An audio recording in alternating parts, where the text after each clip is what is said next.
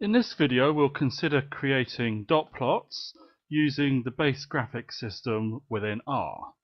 To create an example of a dot plot we'll make use of a simple data set, and it's a data set looking at 4 different continents and comparing the irrigation area that was available at 4 particular years: 1980, 1990, 2000 and 2007. So our first step is to create a data set with this information. So I've copied across the commands from a separate file. So we're using the data.frame function to create a data set with 3 columns. So if we just print out what's being created by this command, so we'll see we've got the first column is the region, so the continent. So what we've done in our command to create it, we've used the rep function, and then we've given this vector the 4 continents and repeated it on 4 occasions. So that's why we've ended up with Africa, Latin America, North America and Europe, then repeated a 2nd, 3rd and 4th time. Then what we want to do is create blocks of 4 years, so 1980, 1990, etc. So what we do here is we create our 2nd column as year, turn it into a factor, because to start off with it will be interpreted as numbers. So what we do here is we create our vector with the function c, and then we've got 4 elements, each of which is a repeat statement. So we repeat 1980 4 times, then we repeat 1990 4 times, and so on.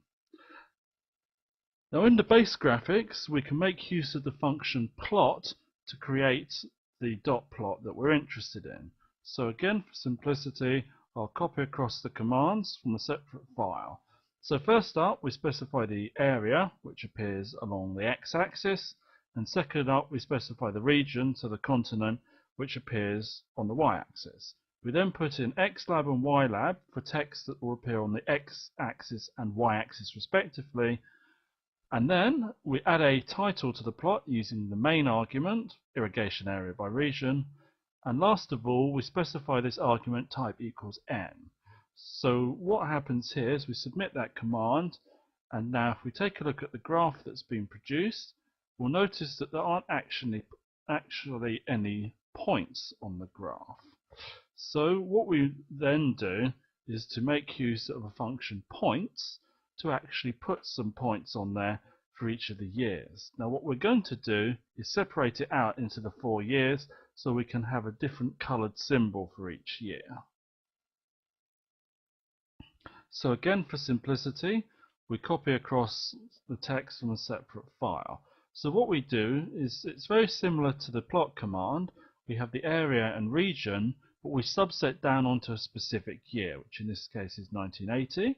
So we do that for the area and the region.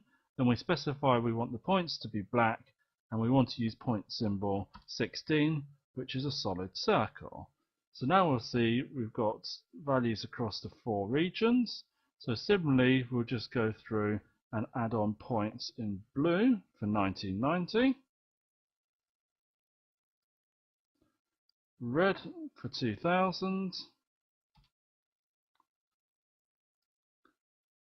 and lastly green for 2007. So here we'll see across those 4 regions we've got different coloured points. Now lastly, we might be interested in putting a legend on the graph. And with the base graphics, as we're building things up bit by bit, we make use of the function legend. So the first and second arguments are the x and y coordinates on the plot where we want the legend to appear.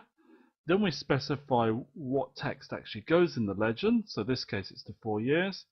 And then we're also specifying the 4 separate colours that we're using, which in the same order, so they correspond to the particular year that we used.